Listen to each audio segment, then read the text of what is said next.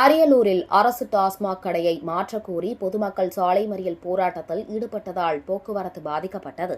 அரியலூர் மாவட்டம் ஜெயங்கொண்டாம் விருதாச்சலம் செல்லும் தேசிய நெடுஞ்சாலையில் கல்லாத்தூரில் 2 அரசு டாஸ்மாக் கடை செயல்பட்டு வருகிறது. வடவீக்கம் செல்லும் சாலையில் அமைந்துள்ள இந்த டாஸ்மாக் கடை பொதுமக்கள் குடியிருக்கும் பகுதியில் அமைந்துள்ளது. இதன் அருகே அரசு பள்ளிக்கூடங்கள் மற்றும் ஊராட்சி மன்றம் அலுவலகம், தொடக்க வேளாண்மை கூட்டுறவு வங்கி உள்ளிட்ட பல்வேறு அரசு நிறுவனங்கள் செயல்பட்டு வருகிறது. இதன் காரணமாக பொதுமக்கள், பெண்கள், மாணவர்கள் என அனைவரும் அந்த வழியாகத்தான் கடந்து செல்கின்றனர். அப்போது குடிமகன்கள் ஆங்காங்கே குடித்துவிட்டு மதுபோதையில் தகராறு செய்து வருகின்றனர். குறிப்பாக இளம்பெண்கள் மற்றும் பள்ளி மாணவிகளிடம் மது பிரியர்கள் சில்மிஷத்தில் ஈடுபடுவதாக மக்கள் குற்றம் சாட்டுகின்றனர்.